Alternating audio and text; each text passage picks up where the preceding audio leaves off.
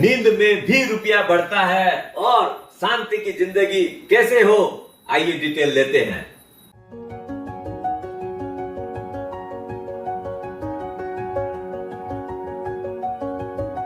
प्रभात दोस्तों, आप सभी का एसके हेल्थ एंड वेल्थ में स्वागत है। दोस्तों, आज का जमाना स्मार्टनेस का जमाना है। जैसे आदमी स्मार्ट हो, फोन स्मार्ट हो, वैसे ही अपना इन्वेस्टमेंट भी स्मार्ट होना चाहिए। सबसे बड़ी बात जब आती है इन्वेस्टमेंट की, तो आदमी क्या है, माइंडसेट का बहुत बड़ा खेला रहता है। दोस्तों, आदमी आज के दिन कमाता है, बहुत अच्छा कमा रहा है। अपना स्टार्टिंग पैकेज ही आज का 7-8 लाख रुपया कोई बड़ी बात नहीं है। लेकिन जब सेविंग की बात आती है, जब उनके इन्वेस्टमेंट की बात आती है, तो देखते हैं बैंक में पैसा ही नहीं है। इसका सबसे बड़ा मुख्य कारण है जो कि आदमी सोचता है आज तो एंजॉय कर लो, कल का क्या है। इस चक्कर में क्या है, मैंने देखा है बहुत आदमी का तो क्रेडिट कार्ड का पेमेंट ही नहीं होता है, ओवर ड्यू पेमेंट में चल रहे हैं इतना रुपया कमाने के बावजूद। क्यों कि उनकी अपनी जिंदगी जो है व्यस्त के साथ अस्त व्यस्त है। अब आते हैं इसका निवारण क्या है, इसके कोजेज क्या हैं, जिनको कि अपने दूर करके आगे का जीवन कितना सुंदर बना सकते हैं, उन सब की डिटेल लेते हैं।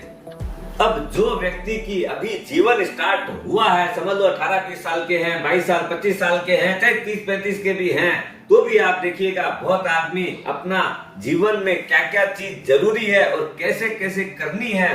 सबसे पहला जो जरूरी काम है, अभी कोविड ने अपने को सिखाया क्या कि अपना एक इमरजेंसी फंड जरूर रखना चाहिए। वो 3-4 महीने का अपना जो घर खर्च है वो एनी टाइम रेडी रखना चाहिए, जिससे कि कम से कम अपने को टेंशन नहीं रहे। अब दूसरी जो महत्वपूर्ण चीज है, अगर कोई कारण से अपना विकेट डाउन हो गया, यानी दुनिया से अलविदा कहने का मौका आ गया, तो अपने परिवार वालों को इतना रुपया मिलना चाहिए कि उसका इंटरेस्ट से भी अपना परिवार चल सके। अपने मदर फादर हो, चाहे अपनी वाइफ बच्चे हो, तो इसलिए उसके लिए इंश्योरेंस जरूर करा के रखनी चाहिए। टर्म प्लान होते कुछ भी हो, जिससे एक बड़ा अमाउंट अपनी जो भी कमाई है, जो सैलरी पाते हैं या बिजनेस करते हैं, तो उसमें आपका 50 लाख हो, 1 करोड़ हो, 2 करोड़, 5 करोड़, जितने की भी सम एश्योर्ड करनी हो, अपनी क्षमता के अनुसार जरूर करके रखना चाहिए, जिससे कि अगर अपने नहीं रहे तो उस पैसे से अपना घर खर्च आराम से चल सके।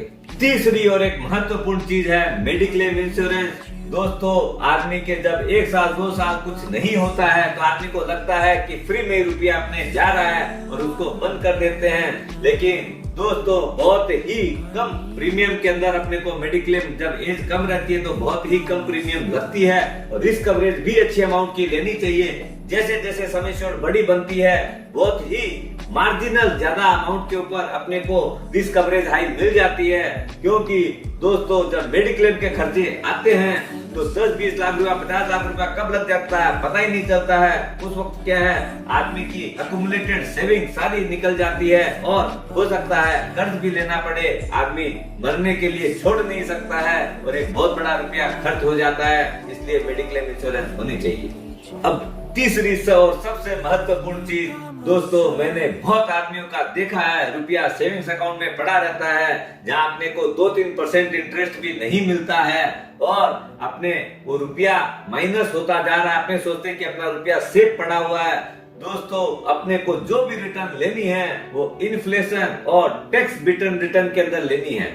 अब अगला कदम उठाते हैं। दोस्तों, सेविंग्स अकाउंट से मच बेटर है कि अपने कम से कम एफडी कर दें, वहां 5-5.5-6% का रिटर्न मिलेगा। वो खाली मन सेटिस्फेक्शन के लिए करेंगे, क्योंकि आज के दिन इन्फ्लेशन ही चलता है 7-8% का, और अपने अर्न करते हैं 5-5.5%। अगर अपने टैक्स स्लैब में 20% में भी आते हैं तो अपने को 4% का रिटर्न भी नहीं बैठता है, तो अपने कहाँ ग्रो करेंगे, ये तो नेगेटिव ही रिटर्न है। दोस्तों, अब इन्वेस्टमेंट कहाँ करें, आज के दिन आप सोच के रखिएगा। म्यूचुअल फंड से बढ़िया रिटर्न कोई दे नहीं सकता है। जो फर्स्ट स्कीम है आप देखिएगा डाउन द लाइन 10, 15 साल, 20 साल का अगर ट्रैक रिकॉर्ड उठा के तो उसमें 8-9% का रिटर्न आपको मिल जाएगा। और एवरेज कैटेगरी की जो रिटर्न है वो आपको 15 से 16% की है। और जो हाईएस्ट कैटेगरी में जाएंगे तो वो है 24 से 25% का रिटर्न। लेकिन दोस्तों अपने कई बार मैंने देखा है लोगों को बोलते हुए ये सब डाटा फॉल्स है, ये सब रिटर्न बैठती नहीं है। कारण कि अपने खुद के ऊपर नियंत्रण नहीं है, अपने बहुत इम्पेशेंट रहते हैं। मार्केट जब डाउन होता है तब तो उस मार्केट से अपने निकल जाते हैं, अरे यार और माइनस नहीं हो जाए, बैंक में डाल दो पैसा सेफ रहेगा। और जब मार्केट बढ़ता है तो और ग्रीडी होते हैं, तब अपना एफडी भी तोड़ के उसमें डाल देते हैं।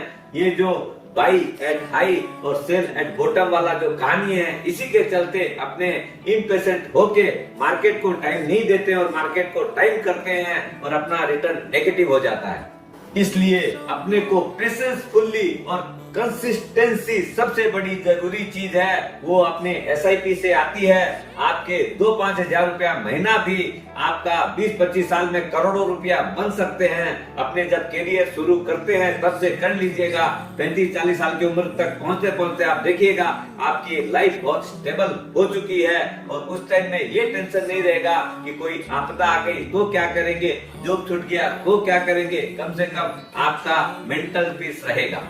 दोस्तों एक ही मूल मंत्र है बड़ा रुपया क्रिएट करने का, पैसों से पैसा कमाने का या इकट्ठा करने का, वो है अपना सेल्फ कंट्रोल में रहना।